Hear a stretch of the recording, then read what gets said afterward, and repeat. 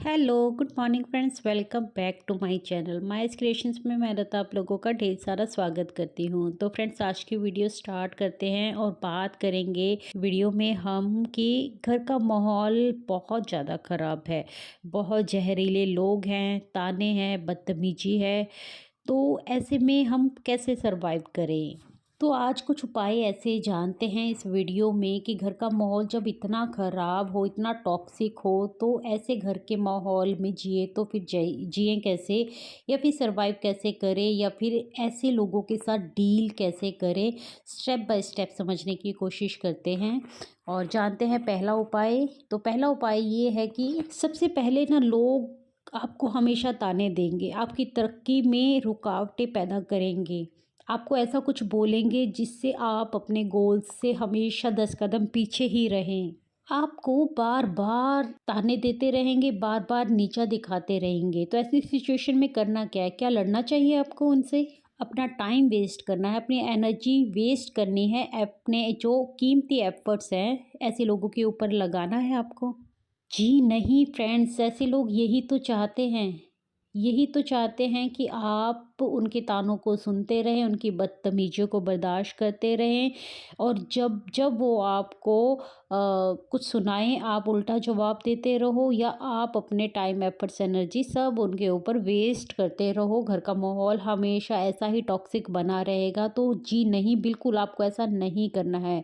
आपको क्या करना है? आपको अपने कान ब्लॉक कर देने हैं, सुनना ही नहीं है। कोई फ़र्क नहीं पड़ना चाहिए ऐसे लोग आपको क्या कहते हैं।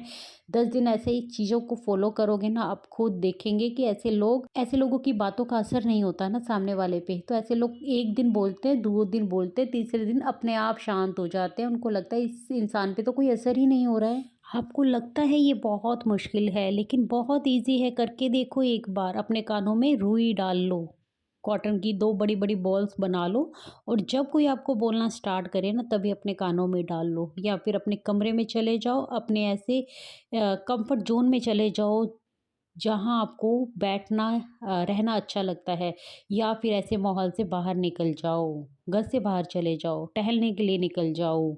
ऐसे लोग जब खुद देखेंगे ना 4 दिन आपकी ऐसी चीज़ों को, तो अपने आप से शांत होना शुरू हो जाएँगे, है ना? पहली बात तो उनको समझ में ही नहीं आएगा कि अब वो करें क्या? क्योंकि सुनने वाला तो है ही नहीं सामने। सुनने वाला तो जब भी हम उसको सुनाने की कोशिश करते हैं, गायब ही हो जाता है। हाँ, लेकिन अगर आपके अंदर वही कशिश, वही चीज़ें बची हुई है ना, कि सुनना है आपको कि कोई मेरे बारे में क्या बोल रहा है ना? मेरे कानों में पड़नी चाहिए वो बातें, मुझे पता होना चाहिए। तब आप इन सब चीज़ों से कभी डील नहीं कर पाओगे। आप ऐसा रवैया अपना ही नहीं पाओगे कि आप उन लोगों को इग्नोर करें। आपको क्यों सुनना है? कौन आपके बारे में क्या बोल रहा है, क्या चाहता है, क्या बोल रहा है पीठ पीछे, आपको नहीं सुनना है। जस्ट इग्नोर, इग्नोर कर दो, बिल्कुल पूरी तरह इग्नोर कर दो कि आपके, वो कहते हैं ना, मेरी कान पे तो जूं भी नहीं रेंग रही। तो बस आपको पता ही नहीं होना चाहिए। उनको खुद को लगे कि इस इंसान को कितना भी कुछ बोल लो, इसके ऊपर तो फ़र्क ही नहीं पड़ता, है ना? हम बोलते जा रहे हैं और ये अपना चलता जा रहा है। तो इसीलिए फ्रेंड्स, अपनी इस इच्छा को ही दबा दो, मार दो इस अपनी इच्छा को कि हमें नहीं सुनना है। हमें नहीं सुनना किसी से अपनी तारीफ़ें, हमें नहीं सुननी किसी से अपनी बुराइयाँ। आपको सिर्फ़ एक ही बात का ध्यान रखना है कि मेरे लिए क्या अच्छा है ना? मुझे क्या करना है?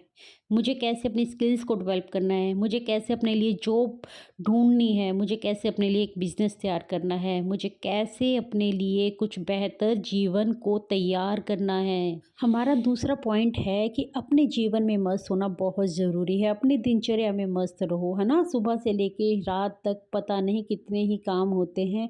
फिर क्यों किसी की बकवास सुनने के लिए हमारे पास टाइम है? नहीं है हमारे पास टाइम। हम अपने जीवन में मस्त हैं भाई। ऐसी ही सोच रखनी है आप। दूसरों के प्रति अपनी ज़िम्मेदारियाँ निभाने से ज़्यादा ज़रूरी है अपने प्रति अपनी ज़िम्मेदारी निभाओ। जब अपने प्रति अपनी पूरी ज़िम्मेदारी निभाओगे ना, तो दूसरों के लिए भी कुछ बेहतर कर पाओगे। दूसरा ये कि हम हाउसवाइफ का ना काम क्या होता है ना, कि हम हमेशा दूसरों की फीलिंग्स का ज़्यादा ध्यान रखते हैं, दूसरों के कामों का ज़्यादा ध्यान रखते हैं। इस बीच ये भूल जाते हैं कि हमारे अपने लिए क्या ज़रूरी है है ना? घर के काम उतने ही करो जितने ज़रूरी हैं। बस सारा दिन लगे रहोगे तो कोई इनाम नहीं देने वाला आपको, कोई एप्रिशिएट नहीं करने वाला। इसलिए उतना ही काम ज़रूरी है जितना सबके लिए, बस आप अपना फ़र्ज़ पूरा कर दो, ठीक है? आपको कोई महान बनने की ज़रूरत नहीं है। महान बनना है अपने लिए बनो, अपने लिए करो। कुछ तो ऐसा करो जो दुनिया खुद आपकी वैल्यू को बढ़ाए, है ना? आपके घर वाले खुद देखें कि हाँ, ये अपने लिए कुछ बेहतर किया है। जब नाम चमकने लगता है ना, पहचान बनने लगती है, तो यही जो हमारे खिलाफ खड़े हुए लोग होते हैं ना, यही हमारे लिए तालियाँ बजाने लगते हैं, यही हमें एप्रिशिएट करने लगते हैं। तो फिर क्यों अपनी ज़िंदगी बर्बाद करनी है इन्हीं लोगों के पीछे, बस घर का चूल्हा-चौका सँभालते हुए ही ज़िंदगी बिता देनी है क्या? नहीं ना। काम उतना करो जितना ज़रूरी है। काम से भागने के लिए नहीं बोल रही हूँ, अपनी ज़िम्मेदारियों से भागने के लिए नहीं बोल रही हूँ।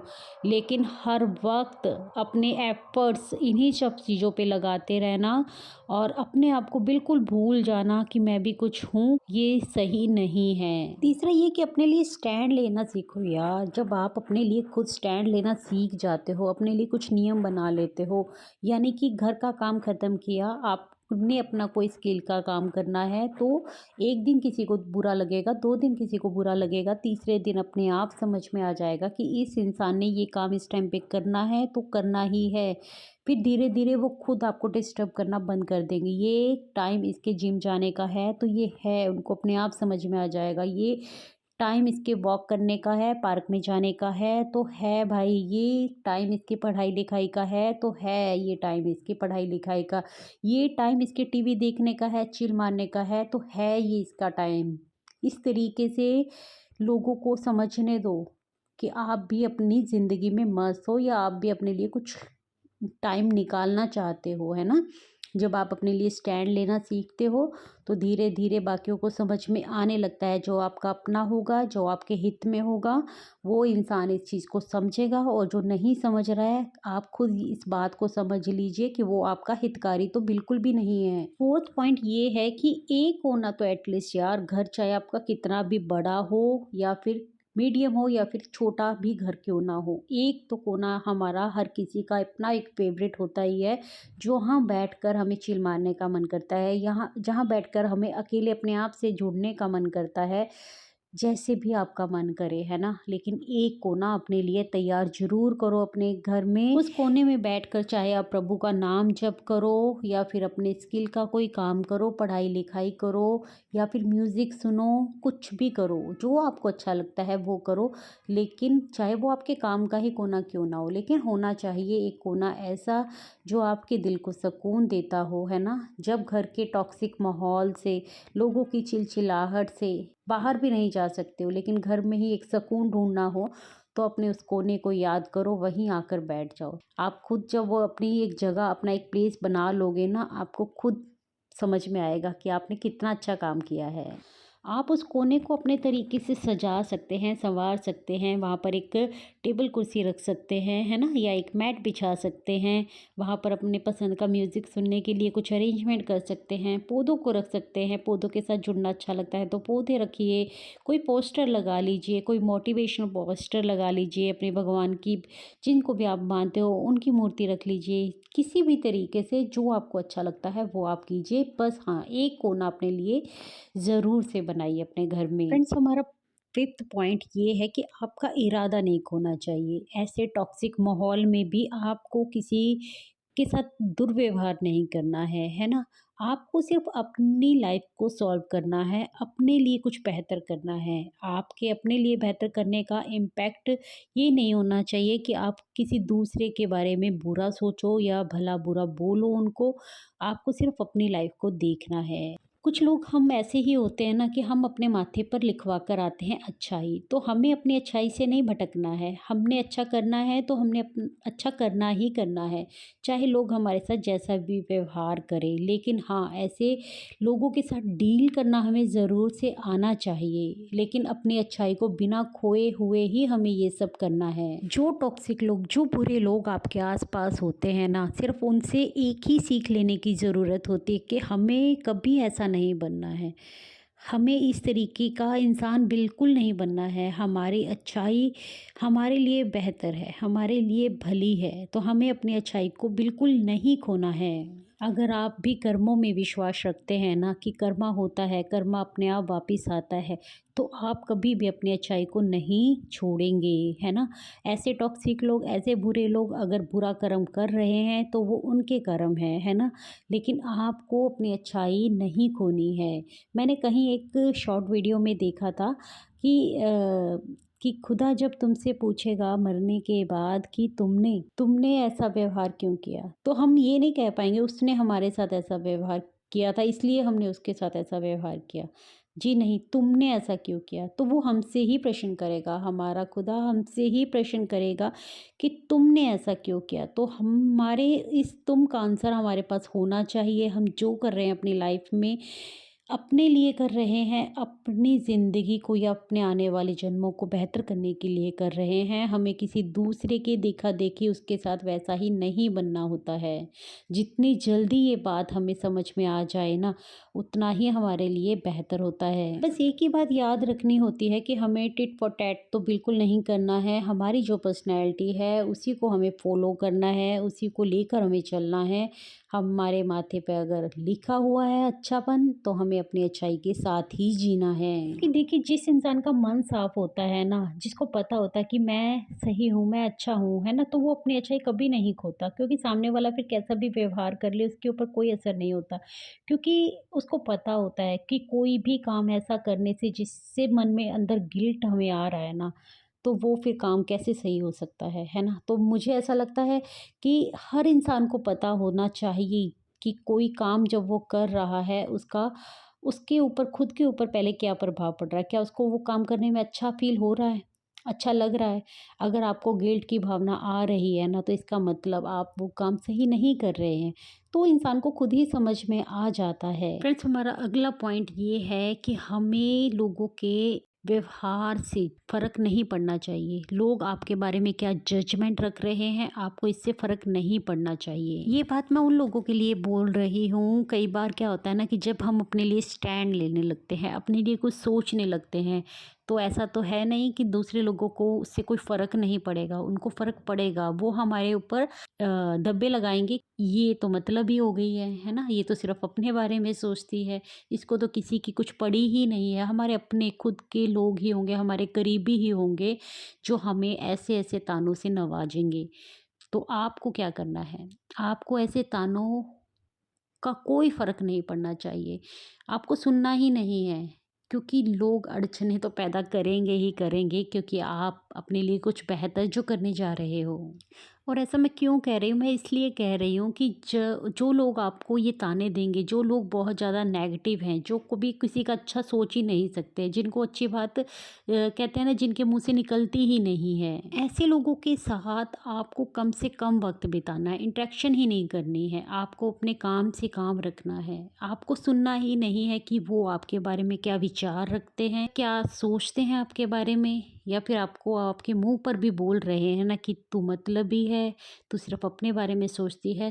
तो आपको सिर्फ़ एक गैप बना लेना है। वो गैप ही उनकी बातों का आंसर होगा। उनको धीरे-धीरे खुद समझ में आएगा कि वो खुद गलत है, ना कि आप गलत है। अपने बारे में सोचना, अपने लिए कुछ करना आपको मतलबी नहीं बनाता है, आपको समझदार बनाता है।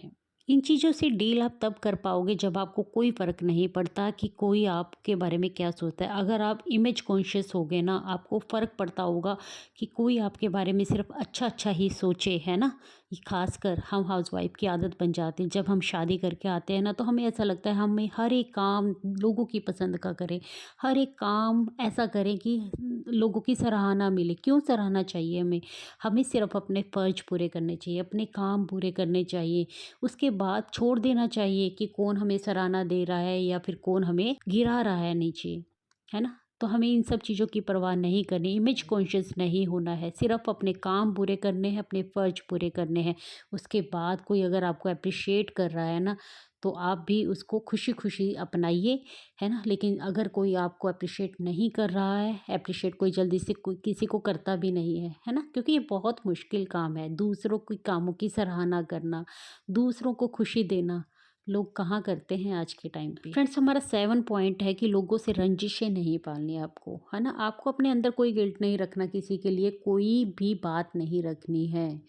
अगर कोई नहीं पसंद करता आपको, या आपको किसी के विचार, आपको कोई पसंद नहीं आ रहा है, तो भी रंजिशें नहीं पालनी है। आपको सिर्फ एक गैप मेंटेन करके रखना है। वो गैप मेंटेन करना आपको अगर आ जाएगा ना, तो आपको ये चीज़ें सताएंगी नहीं। आप ऐसे टॉक्सिक माहौल में भी अपनों के बीच में ही अपने लिए कुछ बेहतर कर पाएंगे, अपने जीवन का निर्वाह कर पाएंगे। मैंने बहुत पहले शिवानी दीदी की एक वीडियो देखी थी और उसमें एक बात बहुत अपने दिल में बसा ली थी। ऐसे लोगों से डील करते वक्त हमें परेशानी तो आती ही है। हम ऐसे कैसे किसी के साथ, कोई हमारे साथ बुरा व्यवहार कर रहा है तो हम उसे जवाब ना दें। तो उनकी बात सुन के मुझे एक मोटिवेशन मिला था। उन्होंने बोला था कि ऐसे लोग बीमार होते हैं। हमें अपने अंदर एक ही बात बसा लेनी है कि ये बीमार है। जो इंसान बीमार है उसका तो व्यवहार ऐसा ही होगा, लेकिन हम सही हैं, हम बीमार नहीं हैं। तो मैंने तो ये बात अपने अंदर बसा ली। जब भी मेरे साथ कोई बुरा व्यवहार करता है ना, ऐसा नहीं है कि मुझे बुरा नहीं लगता, बुरा लगता है, लेकिन थोड़ा सा शांति के बाद, सोचने के बाद मैं यही सोचती हूँ कि ये इंसान बीमार है, इसमें इसकी गलती नहीं है। ये बीमार है तो ये करेगा ही क्या, है ना। इसके पास वो अच्छाई है ही नहीं, परमात्मा ने इसे वो दिया ही नहीं जो हमें दिया है। हमें उस अच्छाई से नवाजा है, तो हमें अपनी अच्छाई के साथ रहना है। इसको इसके बुरे व्यवहार के साथ, इसको इसकी नेगेटिविटी के साथ, इसको इसकी बीमारी के साथ छोड़ देना चाहिए। इस तरीके से इस प्रक्रिया को अपना सकते हैं। आपको खुद समझ में आएगा, आपको अच्छा फील होने लगेगा। जब भी आपके पास कोई भी ऐसा इंसान आए ना, जो हमेशा दुखी रहता हो, जो हमेशा नेगेटिव बातें करता हो, जो कभी आपका भला चाहता ही ना हो, किसी का भी ना चाहता हो, है ना, ऐसे इंसान को देखकर तो एक ही फीलिंग आती है कि ये बहुत सताया हुआ इंसान है, बहुत डिस्टर्ब इंसान है। तो ऐसे इंसान से गैप मेंटेन कर लो, आपका भला होगा। सो फ्रेंड्स, ये थे मेरे 7 उपाय, आपको अपनी ज़िंदगी को बेहतरीन बनाने में मदद करेंगे। ऐसे टॉक्सिक माहौल में भी आप अच्छे से सर्वाइव भी कर पाओगे और अपने जीवन को चमका भी पाओगे। आई होप मेरी आज की वीडियो आप लोगों को अच्छी लगी होगी। वीडियो अच्छी लगी हो तो प्लीज़ से लाइक कर दीजिएगा, चैनल को सब्सक्राइब कर दीजिएगा। कमेंट करके भी मुझे बता सकते हैं कि आज की वीडियो आप लोगों को कैसी लगी। मैं मिलती हूँ कल एक न्यू वीडियो के साथ। तब तक के लिए take care, bye bye, thanks for watching guys.